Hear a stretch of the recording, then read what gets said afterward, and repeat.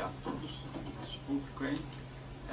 Nós temos então a atividade com a professora Miriam Gimeno, pela pós-graduação em Sociologia pelo Laboratório de Pesquisa Social. Farei uma breve apresentação da professora Miriam Gimeno. Já agradeço a participação, tanto em atividades do nosso programa, como aqui no laboratório também. A professora Miriam Gimeno é professora titular do Departamento de Antropologia, pesquisadora do Centro de Estudos Sociais da Universidade Nacional de Colômbia, em Bogotá. Se formou como antropóloga na Universidade de Los Angeles, em Bogotá, e obteve seu doutorado em antropologia na Universidade de Brasília. Foi diretora do Instituto Colombiano de Antropologia e História, de 1988 a 1990, e em 1992-93. Foi vice-reitora e diretora da Faculdade de Ciências Humanas da UNAL Colômbia. Desde 93, estuda a relação entre cultura, conflito social e ações de violência. Para isso, formou o grupo de pesquisa Conflito Social e Violência, como parte do Centro de Estudos Sociais. Foi condecorada com as medalhas de mérito universitário e da Academia Integral Meritória da UNAL Colômbia. Em 1995, recebeu o Prêmio Nacional de Ciências Humanas e Sociais pelo trabalho Las Sombras Arbitrárias, Violência e Autoridade em Colômbia. Em 2006, recebeu menção de honra no Prêmio Interamericano del Libro, promovida pela Latin American Studies Association, LASA, pelo seu livro Crimen Pasional, Contribuição a una Antropologia de las Emociones. Outra obra importante da antropóloga é o livro Em una mano el pan y en la otra el rejo, Violência Cotidiana em la Sociedade Rural. Desde 2009, ela estuda os processos culturais que incidem na recomposição subjetiva coletiva de vítimas da violência política colombiana. Em particular, estuda o caso de uma comunidade pluricultural na região do Cauca, sudoeste da Colômbia, que em 2001 sofreu um massacre perpetrado por grupos paramilitares e se encontra em processo de reconstrução de sua identidade coletiva. Eu agradeço muito a professora e vou ficar um pouco também. Muito obrigada ao professor Marcos pelo convite e a vocês por estar aqui presentes nesta tarde. O que eu vou fazer é passar rápido no contraste de duas pesquisas e os conceitos e os métodos que usei para elas e deixar um tempo para a fala, para a discussão.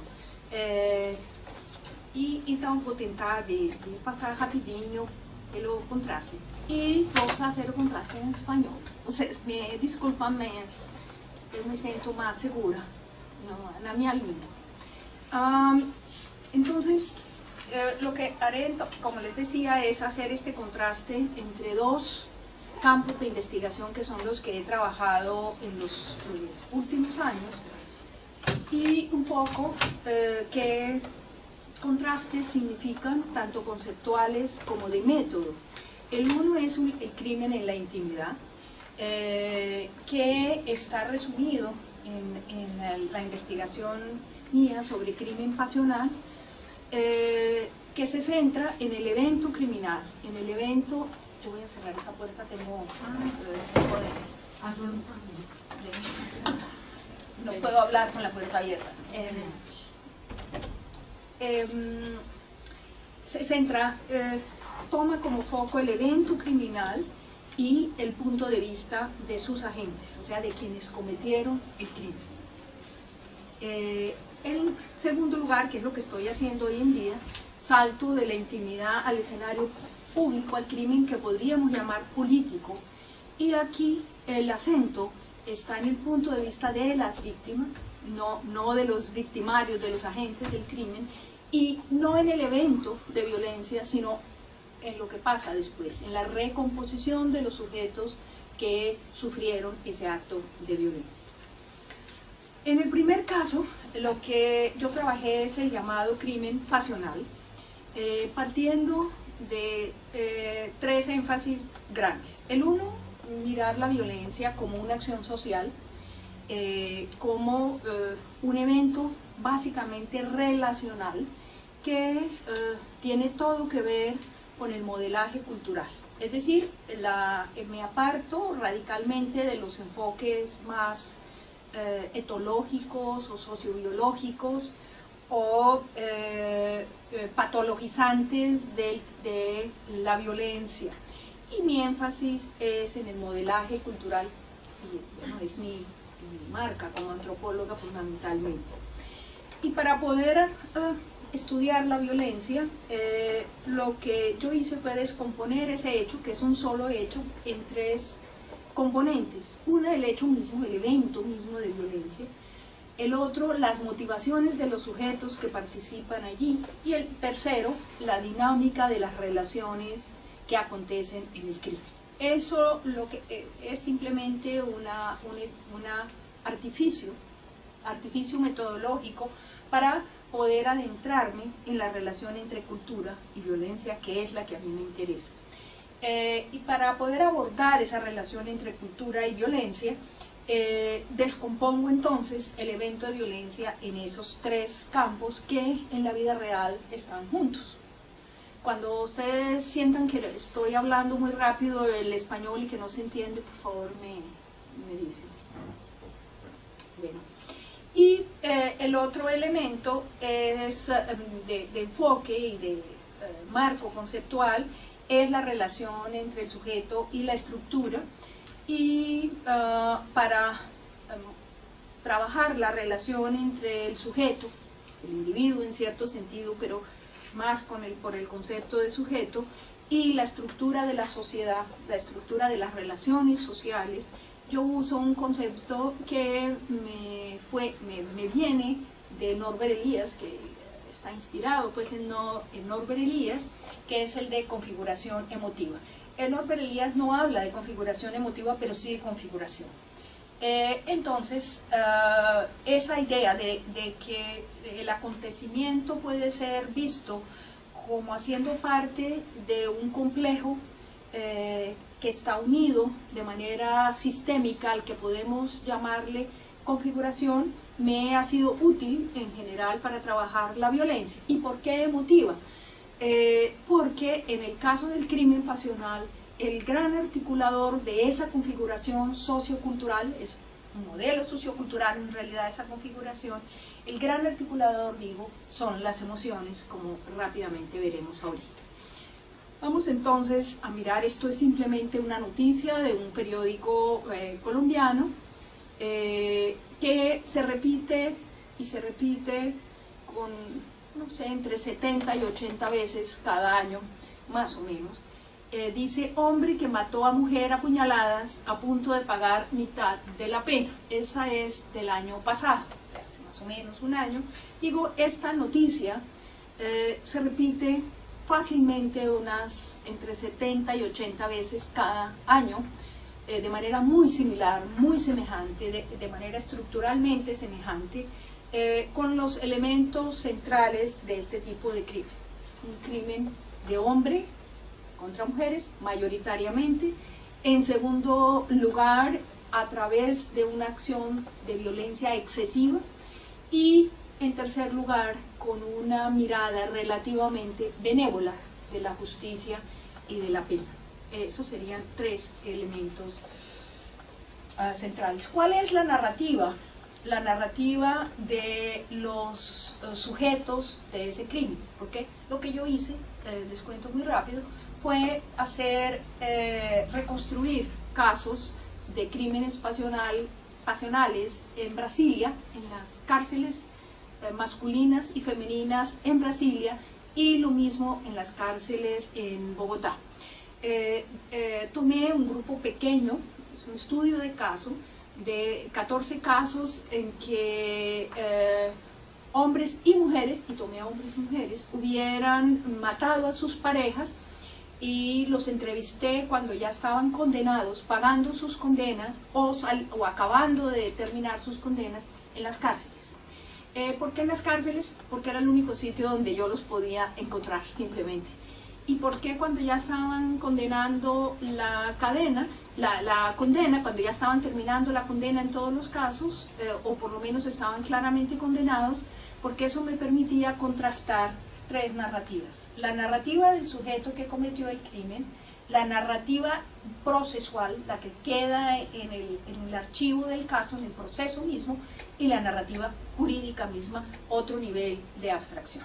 Entonces utilicé el contraste en las tres tipos de narrativas: la del sujeto que cometió el acto, fuera hombre o mujer, la del proceso que se le siguió a esa persona, y finalmente el código penal brasilero y colombiano. ¿Qué dicen esas narrativas muy rápidamente? Es una narrativa, es un crimen, les decía, mayoritariamente, muy mayoritariamente, de hombres contra mujeres. Aún así, yo entrevisté hombres y mujeres porque quería ver el contraste, y sí hay un contraste muy claro, y puede ser muy obvio, pero nos dice mucho sobre la configuración emotiva en que ocurre. La narrativa masculina se centra en las ideas de que el sujeto estaba ciego de rabia, enceguecido de los celos, o que simplemente no podía vivir sin esa mujer que lo iba a dejar. En contraste, la narrativa femenina está anclada en la rabia, y la rabia generalmente por un maltrato sostenido, a veces maltrato simbólico. En uno de los casos, un hombre que continuamente le hacía saber que tenía amantes y que ella debía soportar eso. En otros casos era esa combinación simbólica, física, y una rabia de las mujeres contra estos casos. En la narrativa jurídica, lo que es dominante, tanto en la narrativa procesual como en los códigos mismos, es la idea de que es un acto mediado por la intensa emoción, y que de esa manera debe ser visto. El sujeto es el gran argumento de la narrativa jurídica, es que el sujeto masculino, y ahora vemos un desdoble de género de nuevo, el sujeto masculino no es consciente de sus actos, está perturbado emocionalmente por los celos, por el miedo a la pérdida o por la rabia, y por consiguiente esa emoción es una especie de colchón, de disculpa frente a la pena que debe el sujeto recibir. Y es disculpa porque el código jurídico se basa, ustedes lo deben saber muy bien, en la idea de que el sujeto culpable es el sujeto dueño de sí mismo, racional, que en la medida en que usted no está dueño de sí, está enajenado, de alguna manera está fuera de la razón o cualquier otra cosa, no tiene la misma responsabilidad. Bueno, eso es lo que opera en el crimen pasional. Se concibe a ese sujeto como un sujeto que no es suficientemente dueño de sí, y a pesar de que mató a una mujer con la que vivía hace 10, 15 o 20 años, pues hay que considerar su condición emotiva. Entonces, la narrativa jurídica está considerando la emoción como un gran mediador que lleva o bien a la inimputabilidad, o sea, al no castigo, o al menos a la disminución de la pena. La presión social ha ido haciendo que cada vez haya menos inimputabilidad y más disminución de la pena, ha tenido que matizarse esa narrativa. Pero aún, si ustedes miran los periódicos, porque yo hice también un registro periodístico del Correio Brasiliense y de los periódicos en el tiempo en Colombia, verán la repetición de cómo los celos generalmente son atenuantes del crimen. En las mujeres el elemento central es el maltrato, ya él lo decía, bien sea el maltrato físico o la rabia, y los conceptos emergentes ya de la exploración, los que salieron en la exploración de los casos que estudié, son básicamente tres. O sea, cómo se articula a través de el estudio de las narrativas. De las tres narrativas están articuladas también en tres elementos que son los elementos de la configuración emotiva. Y los resumo de esta manera. Uno es la romantización del amor y la jerarquía de género. y vuelvo ahorita rápidamente sobre ellos. El segundo es entender la violencia como locura o como anomalía, y la tercera, el sujeto escindido, razón versus corazón, lo estoy poniendo. Volvamos de nuevo sobre el primero, la romantización del amor.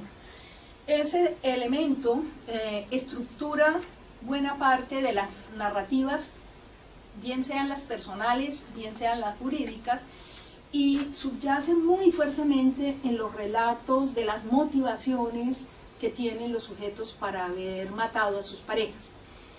Y es la idea de que el amor es eterno, de que en el amor no caben conflictos, de que el amor es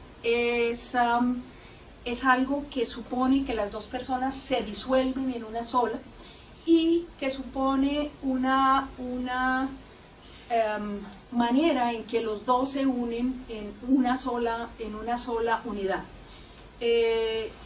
No sé, ahorita no recuerdo si en Brasil usan o no la expresión de la media naranja, o sea, la idea de que la unidad, el matrimonio es una naranja que tiene dos partes que casan perfectamente, es una de las mejores expresiones gráficas de ese esquema cognitivo, es un esquema de pensamiento sobre el amor que sintetiza esta propuesta de la romantización del amor.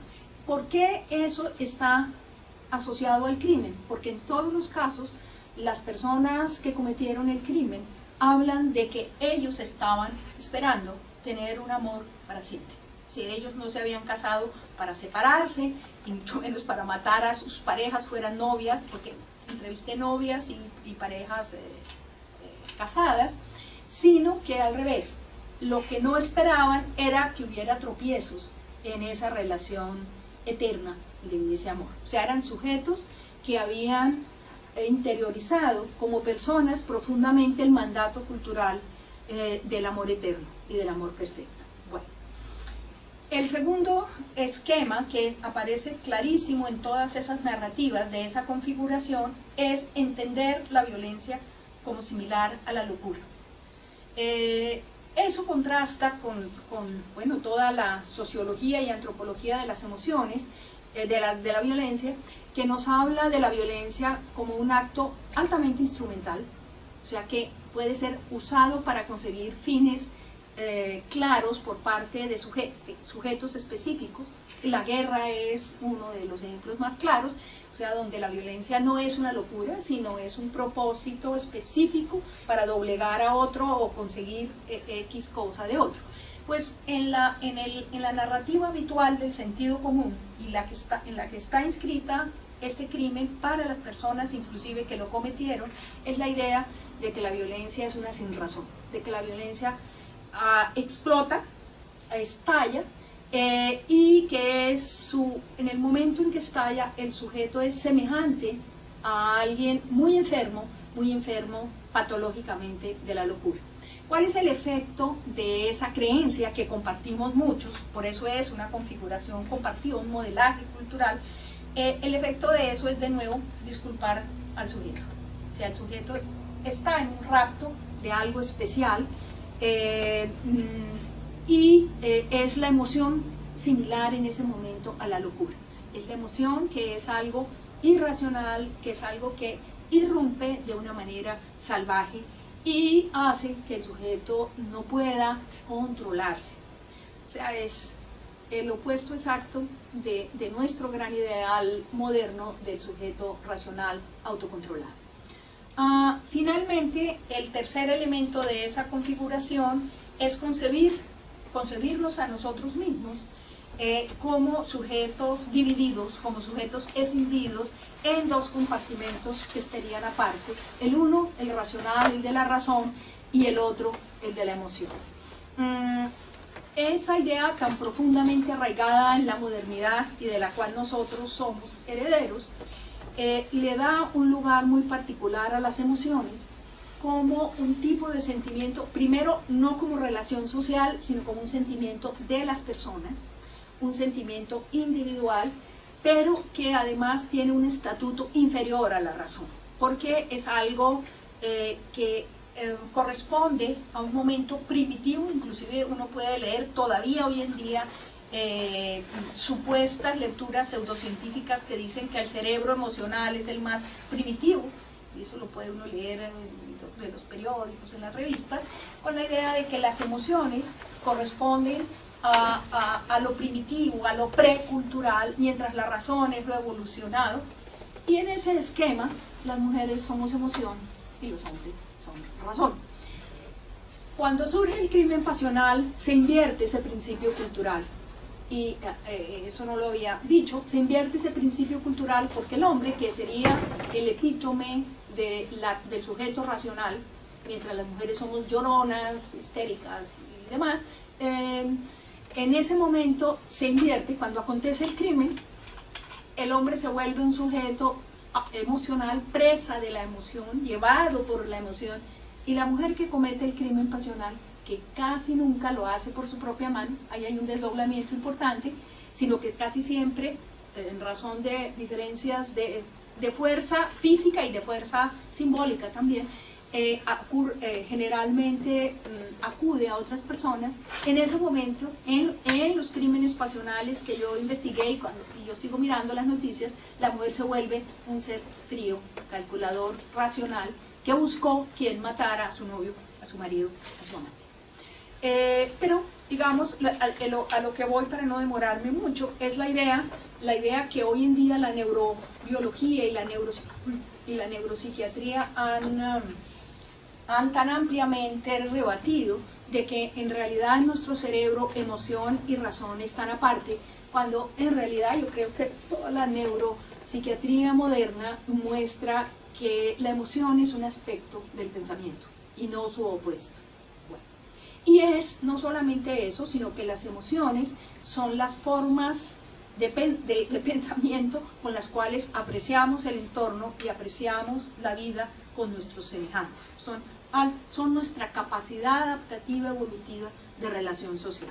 O sea, bueno, este es el libro en el que yo recojo eso está, al que le interese, eso está en un blog, siempre se me olvida poner el blog ahí, pero bueno, después el que le interese se los digo.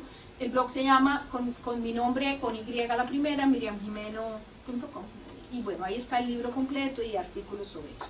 Vamos rápidamente al otro contraste. Vamos al otro. En este periódico, de nuevo es El Tiempo, dice Semana de Horror en Naya. Naya es una región del suroccidente colombiano. Digamos, para los que no tienen en su cabeza el mapa de Colombia, hacia el Pacífico y relativamente hacia el Ecuador, hacia el país Ecuador. En unas montañas muy remotas que no tienen acceso terrestre fácil, la mayor parte del camino se hace en mulas, a pie o en mulas, y lo que sucede es que en el año 2001 un grupo de paramilitares, que es la extrema derecha armada, en el año 2001, no sé si ya es 2001, cierran las entradas a esta gran región donde habitan indígenas, campesinos, cultivadores de coca, o sea, ilegales, y guerrillas, y también mineros afro. O sea, es una región multiétnica, no es una región de tradición indígena, sino que a ella llegaron los indígenas buscando tierra, a ella llegaron las comunidades afro para hacer minería del oro, y a ella llegaron más recientemente, en los años 80 del siglo pasado, campesinos a cultivar y comerciar coca. Y coca y oro son muy atractivas para los grupos guerrilleros, entonces llegaron también las guerrillas.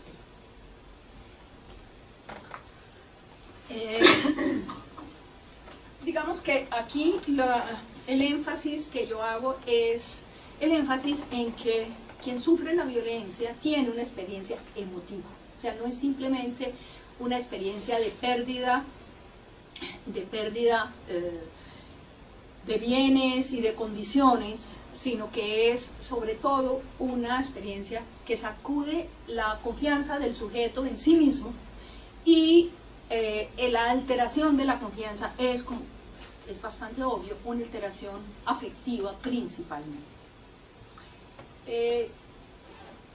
Y en este caso mi énfasis está en la relación entre las emociones y la acción política. Ustedes van a ver ahorita cuál es mi propuesta y cómo justamente la recuperación de lo que erosiona la violencia, que es la acción de ciudadanía, la acción pública compartida, ciudadanía en ese sentido, como una acción en que yo hago actos públicos de acuerdo con otras personas, un sentido muy sencillo, cómo las emociones tienen un papel importante en eso. El gran mediador aquí, como en el otro caso, veíamos las emociones, el gran mediador aquí es la noción de víctima, por un lado. Y por otro lado, una política cultural de la etnicidad, que es la que usa uno de los grupos de sobrevivientes de esta masacre. Vamos a mirar. Bueno, esto ya está. Una vez que los paramilitares atacan esta región, la atacan por una razón, no simplemente porque hay oro allí y hay coca, que sí son también para ellos atractivos, pero no solamente la atacan por eso, sino la atacan como una forma de castigo, porque la guerrilla había llevado como refugiados allí un grupo de secuestrados y los habían tenido como un mes allí, luego los habían liberado por unas negociaciones. Y unos meses después el grupo paramilitar se forma como para castigar esa acción de la población que habría sido cómplice de la acción guerrillera. No sé si es claro el argumento allí. Viene la acción paramilitar y hay un número no preciso de muertos, porque muchos de esos muertos terminan en el río y los cadáveres no se recuperan, pero recuperados 37 cuerpos a lo largo de una semana. Hay unas personas que matan unos días antes y luego unos días después, pero durante el evento masacre matan recuperados 37 cuerpos. ¿Qué es lo que nosotros estamos estudiando con otros dos jóvenes antropólogos? Lo que estamos estudiando es qué hicieron después de la masacre, no tanto cómo ocurrió la masacre, sino qué hicieron después, la recuperación de esas personas y a qué echaron mano esas personas. Entonces lo que vemos muy rápidamente, lo que encontramos, dicho muy rápidamente, es que cuando ocurre la masacre, la gente huye. Esto está en unas montañas, vamos a ver si logro hacerles ver ese tipo de montañas, en unas montañas decía muy lejanas de los poblados, pero no sé qué tanto ven ustedes. Sí puede ser. Y la gente huye a los poblados cercanos de la parte baja, cerca a las ciudades, huyen miles de personas y se refugian en distintos sitios en esos poblados, pero se van concentrando en un gran sitio que es una plaza de toros, y no sé la palabra en portugués para plaza de toros. Plaza de toros es plaza de toros. Bueno, en una plaza de toros, y allí vienen los organismos de socorro, vienen las ONG de derechos humanos, y empieza un proceso de apoyo de las organizaciones de derechos humanos, pero fundamentalmente de apoyo de las organizaciones indígenas. Porque esto ocurre en una zona que está rodeada por indígenas de distinto origen, altamente organizados en una organización regional muy fuerte, con una tradición desde el año 71, y llegan allí y empiezan a aglutinar a la gente, les enseñan cómo se organizan, crean un primer comité de desplazados, o sea, de los que huyen, pero ven que la población mayoritaria que hay allí, refugiada en estos sitios, es indígena, y les dicen, reivindiquen su carácter de indígena, que ustedes no lo han reivindicado nunca, y empieza una renacer, digamos, indígena. Pero un renacer indígena particular porque usan la categoría de víctima. Entonces ustedes ven aquí la conmemoración de los 7 años de la masacre a la cual nosotros asistimos, y dice el cartel los familiares de las víctimas del Naya, Naya es la región, exigimos justicia, verdad, reparación y derecho a la no repetición. Estas palabras a ustedes tal vez aquí no les dicen nada, pero un colombiano que ve esto, ve que estos son los lemas repetidos, repetidos, repetidos en los últimos 5 años que han dado la base a las leyes de justicia y paz y a las leyes de víctimas, que es el proceso en el que está la sociedad colombiana. De manera que en la sociedad colombiana atraviesa por un momento, en los últimos 5 años diría yo, donde la categoría de víctima es la gran categoría contra la impunidad de la violencia y en busca de la justicia. Lo que es interesante es cómo estas personas que vivían tan lejos de esos discursos, cuando se vuelven refugiados y empiezan a recibir personas de todas partes, rápidamente apropian ese lenguaje, el lenguaje de los derechos humanos y del respeto a las víctimas y el derecho a justicia, verdad y reparación, que es el lenguaje además internacional de la justicia, ¿cómo se llama? Internacional humanitaria. Con una, digamos, rapidez muy grande hacen eso, pero no solamente hacen uso de la noción de víctima, sino de la política cultural de la etnicidad. Entonces el primer gran recurso es el lenguaje de los derechos humanos anclado en la condición de la víctima. Ustedes tal vez han leído, no sé, pero hay una avalancha de literatura de qué es el tiempo de las víctimas en el mundo, no en Colombia, en el mundo, y el tiempo de la reivindicación de las víctimas, donde empiezan a salir reivindicaciones incluso de masacres como la Armenia, que pasaron hace 100 años, etcétera, etcétera, de la esclavitud, de muchos actos de violencia del pasado, y emerge una categoría ligada a traumas antiguos de violencia. Pues bueno, esa categoría es la que ellos adoptan como una de las enormes anclas para poder reconstituirse. Ahora vemos rápidamente cómo se reconstituye.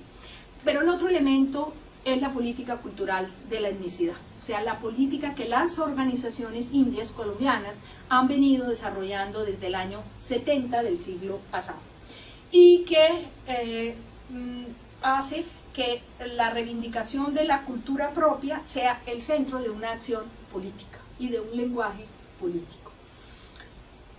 ¿Qué es lo que sucede con estas personas? Que muchas de ellas se niegan entonces a retornar al sitio donde ocurrió la masacre, permanecen en los campamentos de desplazados, se organizan primero como comités de desplazados, luego se organizan como comité de indígenas y campesinos desplazados, y luego se organizan como indígenas del cabildo indio NASA, este cabildo, Quitequihue.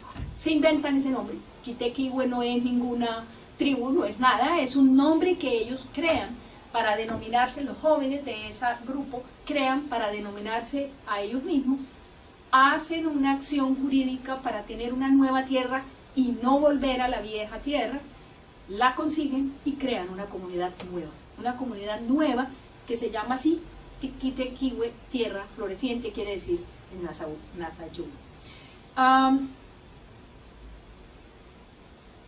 ¿Por qué digo entonces yo que son las emociones, en este caso, las que han permitido la recuperación no solamente de las personas como sujetos que pudieron hablar y que pudieron volver a hablar de su experiencia, sino también la acción ciudadana?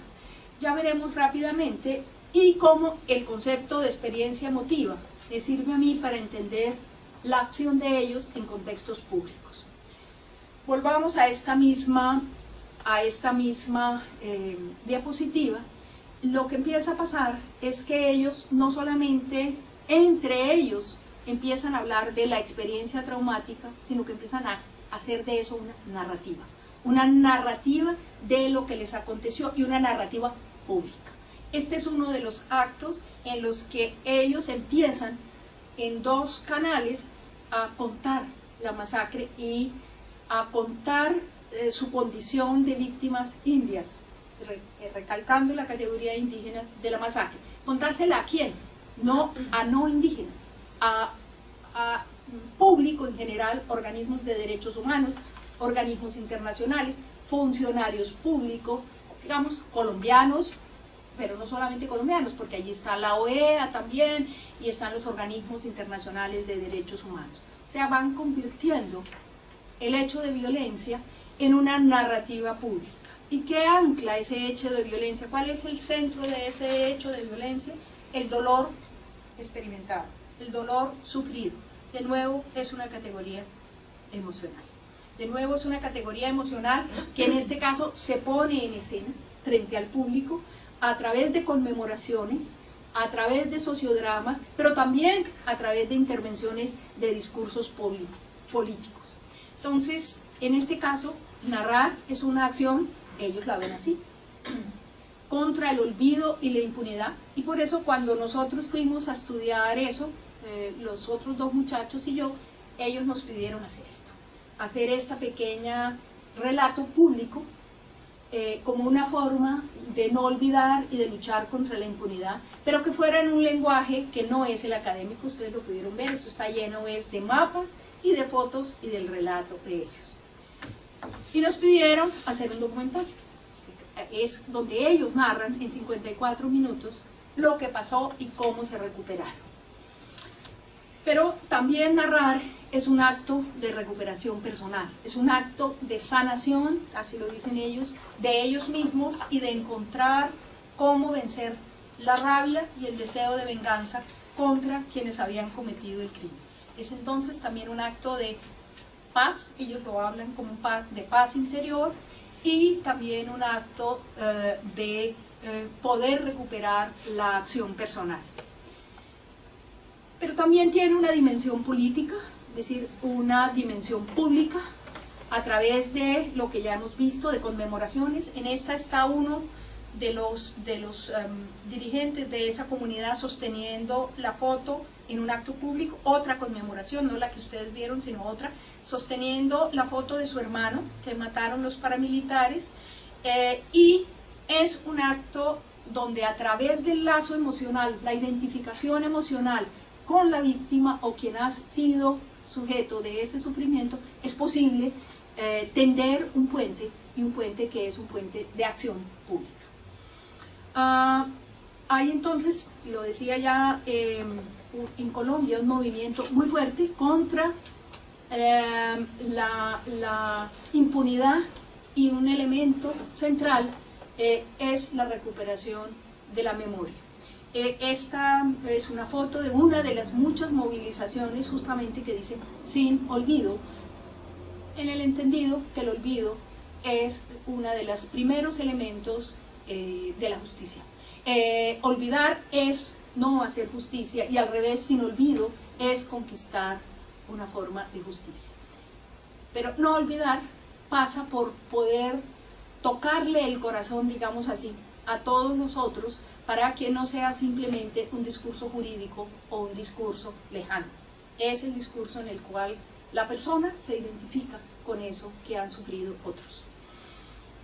Esta mujer está en otro acto público, está contando el asesinato por parte de la guerrilla, en este caso no son los paramilitares, sino la guerrilla de su hermano. Esta mujer, que es una líder muy importante, está allí en otro acto público con fotos de las víctimas. Ella hace todo el montaje de las fotos, a ella le mataron el esposo. Y aquí está ella misma en un acto en una ciudad grande, con un micrófono, y es a esa acción a la que yo me refiero. No es una acción de contarnos entre nosotros, sino contarnos entre nosotros y poder hacer de ese sentimiento, digamos, de dolor, un sentimiento público. Estos son, sí, una de las pancartas de las movilizaciones de derechos humanos y de promemoria muy fuertes, sobre todo en el año 2008, y como parte de la idea del nunca más. Aquí ellos sí, en acciones públicas es lo que yo quiero mostrarles.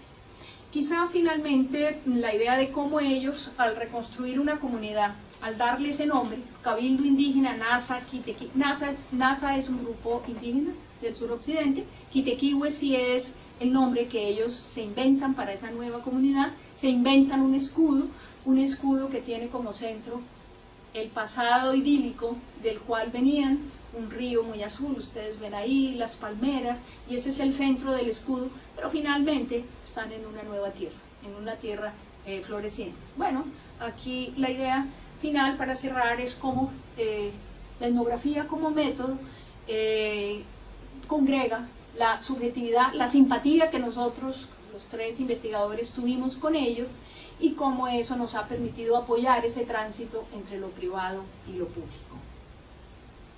Están de nuevo en una ciudad, que es la ciudad de Popayán, en un acto público, y eso es.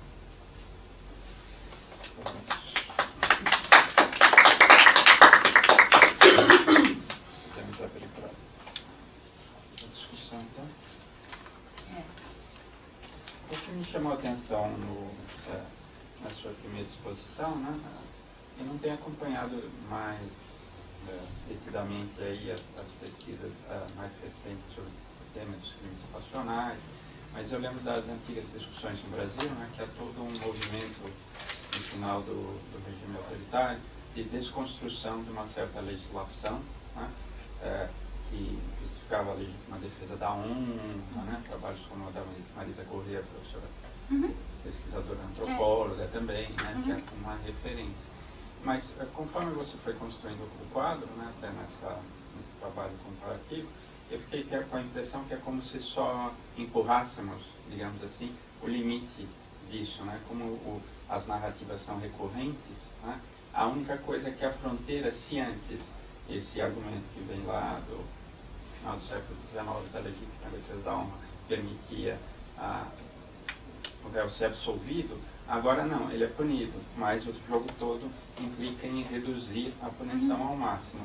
E as narrativas, né, e algumas que você colocou, por exemplo, essa questão da mulher que comete a violência, que ela é calculista, que ela se torna uma espécie de monstro ao contrário, né, ela não está mais do lado da emoção, mas do lado do cálculo, isso é lombrosiano, para não dizer anterior. Né? Sim. Então eu fico com essa impressão, uma primeira questão seria essa, se você colocaria desse modo, que na verdade os discursos são muito recorrentes, né? A forma de organizar cognitivamente isso, mesmo que um marco jurídico se desloque, sem dúvida agora há num certo sentido mais punição, mas o movimento, por outro lado, continua muito parecido. Outra questão um pouco mais específica, fiquei pensando se nessa narrativa, né, você faz o esquema didático, né, mas se na narrativa dos sujeitos fica claro que de alguma forma ela é relacional em relação ao código e à própria vivência processual, porque afinal você está lá. Então eu fiquei pensando o seguinte, a mudança no código e na dinâmica processual de alguma forma está na referência do sujeito também, ainda mais nesse sujeito. Sim. Então se isso aparece nas narrativas, porque seria uma forma interessante de ver como as narrativas estão relacionadas com mudanças no código, processuais também. Né? Então, aí respondo Acho que pode talvez juntar mais de uma. Mais uma. A minha primeira estava muito relacionada à sua primeira questão, então eu vou para a segunda. Com relação à questão da violência como uma experiência emotiva, e o exemplo dos familiares das vítimas, né, dos indígenas, quando foi feita a demonstração de que o uso da categoria de vítima como uma narrativa pública dos massacres que ocorreram envolve a dor sofrida, como um sentimento público, como uma categoria emocional, que também envolve ações políticas, eu fiquei pensando também, assim, não só na questão da importância da memória, mas me fez lembrar um pouco uma questão que está aparecendo bastante, pelo menos no debate sociológico, filosófico, não sei, sobre o reconhecimento. E qual é a sua percepção a respeito disso? Então, vou tentar responder as três perguntas e depois vamos de novo. Então, o primeiro, que é o tema da honra e as emoções. efetivamente, se se faz a pesquisa de como mudam ao longo do século XX os códigos penais da Colômbia e do Brasil, o primeiro é surpreendente similaridade. Eu fiquei impressionada, porque parece ter uma circulação de conceitos, de enfoques que fazem que os códigos sejam extremamente similares. Inclusive, claro, encontrei citações dos anos 40 e dos anos 50, que foram épocas de mudança de códigos penais no Brasil e na Colômbia, citações cruzadas. Então, os colombianos citavam um grande jurista brasileiro e alguns brasileiros citavam não sei quem de lá. Tinha um cruze. E o cruze, o que mostra é o debate que aconteceu nos anos 40, principalmente no Brasil, de que os crimes de honra eram uma agora não sei a palavra em português, uma antiquária, uma antiguidade, e que tinham que mudar para o moderno. Qual era o moderno? As emoções. Exatamente, expressamente o moderno era deixar atrás essa ideia meio retrasada, salvagem, de que alguém poderia matar a sua mulher, que são as mulheres a norte, por causa da defesa da honra da família ou do homem. E que, em câmbio, era o sujeito emocional com suas características pessoais que deveriam ser tomadas em conta. E isso aparece muito nitidamente nos códigos das duas nações. Efetivamente, esse desloque da honra para as emoções não traz muita... É um renascer da impunidade. Porque, então, o que acontece é que se deixa uma linguagem que vem do muito atrás, dos códigos ibéricos, lusitanos, espanhóis, se deixa essa linguagem e se adota uma linguagem do indivíduo, do sujeito, da razão e emoção, mas não a ideia de que o criminoso deve ser punido. Continua, então, eu acho que é uma forma em que a hierarquia agora não sei como se diz gênero, que a hierarquia de gênero se renasce, se reproduz com uma linguagem diferente, bem diferente, mas é, de novo, a hierarquia de gênero. No segundo, a narrativa jurídica e a narrativa dos sujeitos.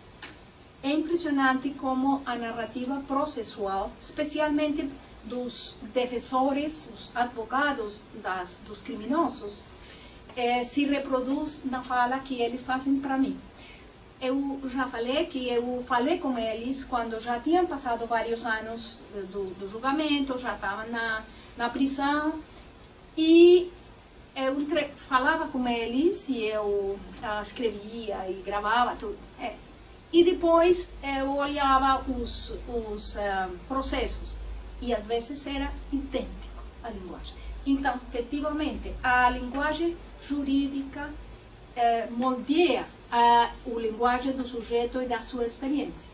Então, as motivações estão claramente encaminadas para a ideia da emoção, que é um dos principais recursos dos defensores.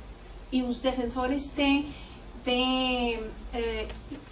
imagens fabulosas da mulher. Ele matou a mulher porque eram como a unha e a carne, eram inseparáveis, então por isso ele matou. E depois a pessoa, o criminoso, quando conta para mim o sucesso, conta nos termos muito similares, é verdade. O jurídico moldeia essa narrativa. O tema falando do outro tema, o reconhecimento e a memória.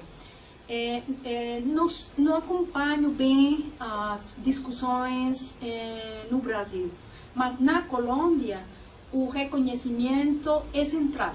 É o reconhecimento ligado a que alguém reconheça sua culpabilidade do que aconteceu, seja direta, porque atuou contra um grupo de pessoas, ou seja indireta, como no Estado. O Estado que não protegeu as pessoas das massacres. Porque, no caso colombiano, muitas massacres aconteceram conhecidas, anunciadas, que todo mundo sabia que iam acontecer. Mas não só todo mundo, mas incluso as autoridades. Então, se vocês leem, que está lá na página, na minha página, aí, vocês vão encontrar essa ideia recorrente aqui neles. Todo mundo dizia, eles vão vir. Todo mundo, inclusive os militares, a polícia, o prefeito, todo mundo sabia. Então, o reconhecimento é uma forma de reivindicação da dignidade das pessoas e de todos aqueles que não foram capazes de parar o que ia acontecer. E é extremamente importante e é parte do tema da memória, efetivamente. Tem mais questões? Perfeito. Bom, eu tenho algumas questões, mas a primeira que mais me interessaria colocar é que eu entendi que tem como um passo que eu não conhecia, não estava informada muito, mas me dá a impressão de que está se desenvolvendo na Colômbia uma tendência, e essa é a pergunta, se é verdade isso, não, a existência de uma possível tendência, da construção, por uma parte, de narrativas mais complexas e documentadas e com um direcionamento específico para um público externo sobre todo o problema da vitimização a qual foram submetidas as pessoas, todas a violência mesmo a qual foram submetidas as pessoas. Onde agora está entrando como uma coisa nova o tema das emoções e capturar também, então... as emoções é meio... fala minha. Então, exatamente. Sim, mas eles estão utilizando, tenho a impressão de que eles estão começando a utilizar esses aspectos emocionais. Já não é a denúncia jurídica que se encontrava nas massacres dos anos 50, dos anos 40. Não é uma questão simplesmente da imprensa amarela, assim, daquela imprensa que mostra só violência, porque é um tipo de cobrimento específico, sino que agora insere todo um mecanismo de político. Mecanismo político. É uma questão política, mas chamou minha atenção também se existe também, porque uma coisa que não vi muito aprofundada, gostaria que aprofundasse, é que eles construíram uma nova comunidade, deu uma impressão, segundo as fotografias, e não lembro alguma outra coisa que comentou a professora que me fez pensar, que provavelmente não é uma comunidade exclusivamente indígena. Deu a impressão de que tem também outros membros da comunidade que não são unicamente indígenas, são mestiços, ou então são afrodescendentes, etc., que é uma possibilidade na região. Então, eles construíram uma nova identidade comunitária a partir do acontecimento e estão construindo também toda uma outra forma de fazer frente a isso. Esses dois elementos, naturalmente, fazem parte da mesma estratégia política. E eu queria saber, então, se é isso assim. As duas perguntas. Então, eu acho que tem na Colômbia um movimento que, em certo sentido, é similar ao que aconteceu no Cono Sul após as ditaduras da Argentina, do Brasil, do Chile. E é que anos depois dos acontecimentos vem uma onda de recuperação do que acontece, que não é só um problema das vítimas como sujeitos particulares, mas é um problema da sociedade inteira. e que a sociedade inteira se debate nesse ponto. Isso é o que está acontecendo na Colômbia. É a sociedade inteira debatendo publicamente o que aconteceu, com interesses, muitos interesses, de que isso não aconteça, porque o que se revela é o que todo mundo sabe, mas que é diferente saber isso e que colocar em público, que os paramilitares tinham apoio dos mais diversos setores da sociedade colombiana, da sociedade urbana, que não se mexia com o problema, mas que financiava, que alentava, que protegia, etc. Então, o que está acontecendo exatamente é a emergência de uma narrativa desses acontecimentos muito diversificada, não unida num único movimento de vítimas, porque não é como a Espanha, que tem uma grande organização de vítimas. Não, não tem esse formato, mas um monte de organizações regionais, locais. A la colombiana, que é um país um pouco fragmentado em tudo. Então, mas que tem uma ideia comum. É a ideia da importância de que todo mundo fique sabendo o que passou e como passou.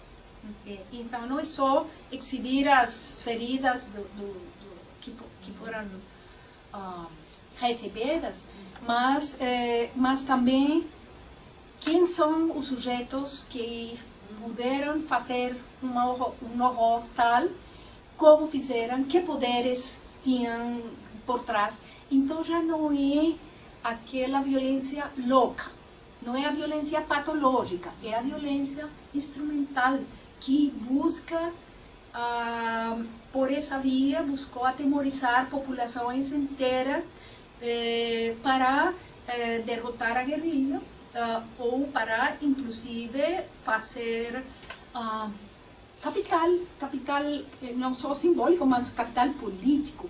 Inclusive, os paramilitares, num momento dado, pensaram, como Pablo Escobar, lástima que o André não tem aqui, que eles poderiam chegar ao poder, eles mesmos, como um setor da sociedade.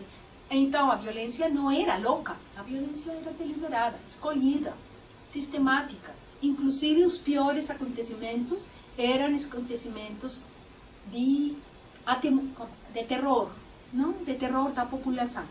Então, o que está acontecendo é um movimento muito forte para que isso fique fora, que seja escrito, que seja contado. Então, isso é assim. E é diferente, bem diferente do que aconteceu na onda da violência em Colômbia dos anos 50. É bem diferente, é uma sociedade que por primeira vez quer falar disso. Nem todo mundo, claro. Tá. Então, é o que as emoções aí. É o que penso.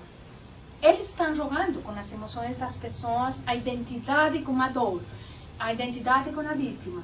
E eu falo de que o que aí acontece é uma comunidade emocional, uma comunidade, não sei como se traduz, emocional? Comunidade emocional, mas que a comunidade emocional é uma comunidade política, no sentido que pode daí surgir não só movimentos e organizações, mas também novas ações políticas mais para em frente, que não sei quais são, porque estamos no processo, mas eu acho que as comunidades emocionais, que de novo eu pego isso aí um pouco de Weber, o laço que une as pessoas como individualidades com uma sociedade mais ampla. Então, neste grupo há uma nova identidade, eles não voltam para a região, outros voltam, não? Eu tenho que dizer que não é que todos não voltaram. É um grupo que não volta, este é um grupo que não volta, outros voltaram. Eles fizeram a decisão de não voltar e criaram uma comunidade nova, com um nome novo e com uma identidade nova. É a identidade indígena. E então é curioso que aquela identidade indígena pode cobrir pessoas não indígenas. Então, efetivamente, a comunidade de camponeses não é uma comunidade pequena. Estamos falando de 270 pessoas, mais ou menos. Mas muitos deles não têm origem indígena, alguns têm origem indígena, outros são camponeses, mesmo comerciantes, inclusive regionais. Então, a cobertura indígena cobre uma diversidade étnica. Mas um não, ou deixamos assim? Eu? Bom, vou aproveitar, professora. Sim. A professora, no passado, desenvolveu outro tipo de trabalhos que passou desde, inclusive, o tema da violência, desde um ponto de vista mais social, mais lógico, para a relação de violência e emoções hoje. Eu gostaria de perguntar um pouco para mim, para esclarecer um pouco, digamos assim, como justificaria, ou então como você fez esse percurso entre esses dois momentos, porque desde a antropologia é perfeitamente válido e muito claro, mas gostaria de entender um pouco mais como foi essa de forma muito breve. E uma coisa pequenininha, só uma questão mais metodológica, como trabalhar as emoções desde essa uma questão. Então, o primeiro, rapidinho, nos anos 90, 92 até 96, eu fiz pesquisa da violência na intimidade, especialmente na relação pais-filhos.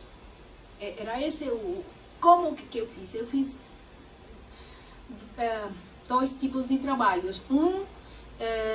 De história de vida de pessoas e outro estadístico, de um número de pessoas que foram entrevistadas sobre a questão de se eles tinham sofrido violência nas suas casas e qual tipo de violência, quem. Então aí o foco foi essa relação pais-filhos, com a ideia de que a autoridade, a noção da autoridade, a ideia de autoridade é o núcleo central dessa ação de violência. Só que na fala das pessoas ficou bem claro que essa ideia da autoridade tinha uma conotação cognitiva, por suposto, a autoridade era excessiva, temosa, que dá medo. Que dá terror. Não sei. Como aterrorizante, porque sempre pode ser excessiva, sempre pode cair bater as pessoas, até o excesso, mas também, a parte de medo, as pessoas falavam em que amavam os pais.